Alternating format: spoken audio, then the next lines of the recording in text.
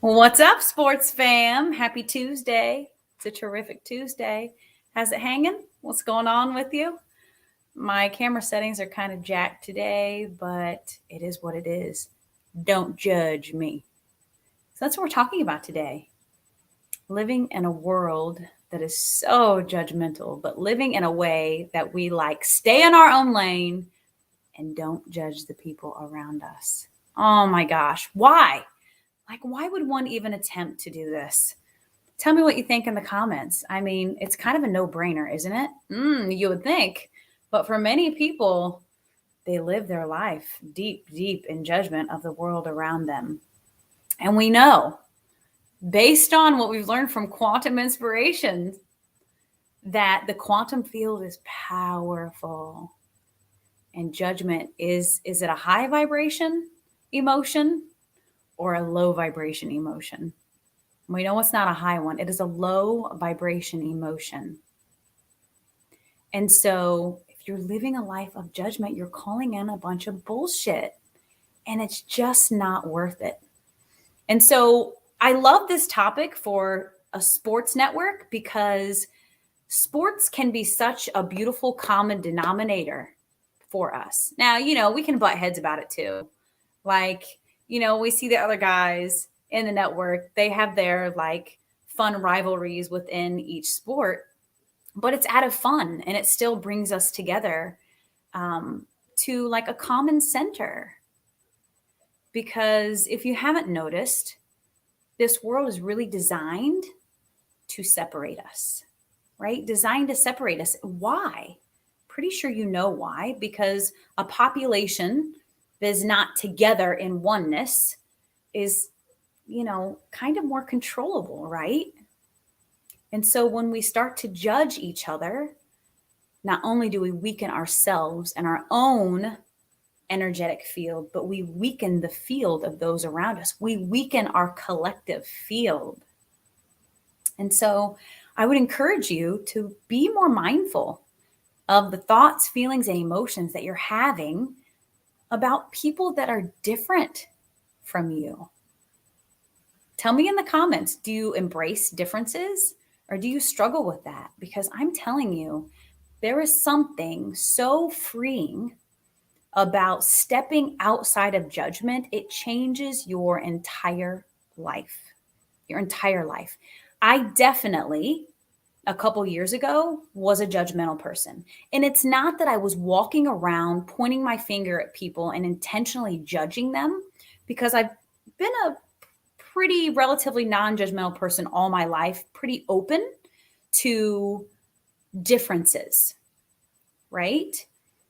But I was not conscious. I was not as conscious as I should have been about really not judging the people around me and really staying in my own lane and allowing people to live their own lives. Especially when they're not doing anything to hurt you. Things can make you uncomfortable, right? We're allowed to cringe sometimes and feel uncomfortable about certain things, but we're really not allowed to judge it. If it's not hurting you, you just stay in your own lane and let it be. It is so freeing. And it all starts with that seemingly little innocent comment that you want to make to dig on someone and the clothes that they're wearing, right? Or the way that they're living their life, that person that passes you by and you want to kind of giggle at them, right? Laugh at them or just make a little seemingly innocent comment about them. And I used to do this. I will admit it. I used to do this. I don't do it anymore, though. It has fallen out of my field. It is just not something that I do. I do not judge people. And you will find that when you stop judging people, people will stop judging you. All of the judgmental bullshit that seeps into your field and works its way into your life, it will fall away. I promise you. It has to. This is the law of attraction. This is how the universe works. This is energy. You know, when that saying, what you put out, you get back. That is not bullshit. That is real. Everything that you put out, you get back. So if you're putting out judgment, you will receive judgment. It is all a mirror. If you are thinking judgmental thoughts, this is what will pervade. I don't even know what that word means. This is what will dominate your external world. And it's a low vibration emotion. So what are you doing? If you're vibing down here and you're talking about other people and feeling negative emotions about other people, you're calling in those experiences that are vibrating at the same level as your judgment. And so just don't do it. Just don't. And it takes some time. It takes some intention because we've got lots of neural pathways created in our brain. We need to like disconnect those and reroute them, but it can be done. And then think about what you're teaching your kids. You know, think about what you're teaching your kids. Your kids are mirroring you. Your kids, it's like monkey see, monkey do. They do everything that we do, right? When you think they're not watching or not listening, they are. They are watching you. They are listening to you. They soak it up like a little fucking sponge. All of it. All the good and all the bad. And so those little snide comments that we make, that we think we're making in jest and our kids hear them, boom, imprint. It's creating a neural pathway in their brain. It's creating a regular behavior in their brain. It's saying to them, this is okay. And then they have to deconstruct that shit when they're our age. So why not just be intentional now and be thoughtful about what we are saying around our children and help them to build those positive neural connections. And it even goes as far as, this is something I used to do. And this goes into the whole money story as well.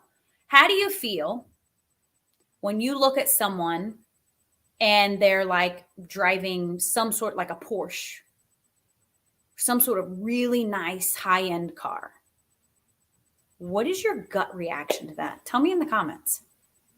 What is your gut reaction when you see something on someone that's really nice? You see them in something, wearing something, you know, a nice house. Like, what's your gut? Like something really lavish and extravagant. Like a woman that's decked out in jewelry, looking really, really like put together, maybe even gaudy. Maybe it seems gaudy to you and you're kind of like, geez, that's too much. Like, how do you feel about that? Does it make you feel funny? Like, do you feel like that's excessive? Are you judging them because you feel like it's too much? It's still a judgment. And it's really not any of your business. Like, stay in your own lane. That guy's Porsche is none of your business. Her gaudy jewelry is none of your business. And it seems so minuscule and so small and like so innocent, but it's not. Because when you are judging someone for something that they have, something that they possess, and it's actually something that you would like for yourself, but you're kind of coveting it in a way, you know what you're doing? You're repelling that. You are blocking that in your life. You're saying to the universe, I don't want that. I don't want that Porsche. I don't want that excessive jewelry. I don't want any jewelry is what you're saying. Because the universe knows a yes or no, not a kind of, sorta. The universe speaks in vibration, not in words. So if you have a negative judgmental feeling about something like that, you're just pushing it away. And you're just pushing abundance away in general. So really think about your vibration and how judgment affects your vibration, how you're imprinting upon your children, because we are always coding our children. And so just like when a child is on a sports field, you know, or on the ice or whatever, in the arena, whatever you want to call it, like whatever the sport is, and they're interacting with their peers, Like, have you ever seen, kids can be cruel, but kids can also be really nice. Teenagers can be little assholes, but they can also be really genius, amazing stars. And so this is the age for me. I've got a 7-year-old, a 10-year-old, and a 14-year-old. This is where I see the judgment creep in, is at the teenage. And neurologically, it makes sense because teenagers are very self-centered. This is where they are at in brain development, is they're in a very self-centered mode where the world is about them. That is where they are developmentally. The world is all about them. And so it can be, if we're not careful, our natural inclination to judge the world outside of us based on what's going on with us, based on what we think is right and good and correct and the way things should be. And so notice, how do your kids act around other kids? And when they slip up and when somebody's like making fun of someone, do you check them? I bet a lot of us do, but you know what? I've seen it happen where parents don't check their children. And this is the most opportune time to shape the behavior because of neuroplasticity. Their brains are so moldable and shapeable. And some kids are harder to guide in this way than others. And that is nature and nurture. We all have our own energetic chemical makeup. Some kids are just kind of bully more than others. They just do. They need more guidance around that. They're not as sensitive as others. But then we also acknowledge that that's shaped at home too. And you don't ever really know what are people seeing, feeling, experiencing at home. We don't know that. And we certainly don't want to judge it, do we? No, don't. Like lovingly correct is what I like to do. Now, I will tell you what I've noticed, and I would love to know if you've noticed this too, is in general, compared to the way that my generation was as a teenager and talking to my daughter who's 14 and my 10-year-old, both girls, they are far more accepting and open to differences than I feel I was at that age. Now, I wasn't walking around outwardly judging everyone. I definitely was not speaking negative words to people, but inwardly, I definitely was less accepting of differences. And so kudos, a lot of people can talk some mad shit about kids nowadays and their use of technology and how they don't know how to regulate themselves on social media, blah, blah, blah. But I really think that this generation of children, we'll say teenagers now, are so much more accepting than teenagers were in my generation. They're just more open. And I think that has a lot to do with the interconnectedness with social media. Social media has its good roles and social media has its bad roles, right? There's good and bad. But we as parents, it's our duty to help them regulate that and get it. And so what are we using social media for now? This is how we're staying connected on the sports network. And it's beautiful and it's awesome. And what I really love is that the powers that be that control the social media, they censor it and they try to move us like puppets, right? I want to control who sees what you're putting out. But we've really kind of flipped that on its head. And instead of it splitting us apart, it really has brought us together in many ways. Again, there's a good and bad there. But for me and what I do, social media has been a huge, huge tool in helping me to understand, empathize, love, and be less judgmental to the world around me because I'm more connected to them. I'm more connected to people with differences. I have a team in my business and it's a global team and I work with people all over the world. So maybe when I was younger, I was kind of like, oh, that's different. Different didn't always equal good to me, but now it does. I love it. It's so beautiful to be able to shift your mindset and feel good about differences and embrace differences and know that when someone triggers you in a way that makes you feel like you want to judge, it's pointing to some work that you need to do and has nothing to do with them. That's where the power is. That can either piss you off or make you feel really powerful. And for me, it makes me feel really, really powerful to know that when I'm looking at someone and I'm wanting to judge them, it's pointing to work that I need to do within myself. We are each other's mirrors. If you see something in someone else that you're judging, you're only seeing it because it's present in you. Woo, that can be a tough pill to swallow. You're only seeing it.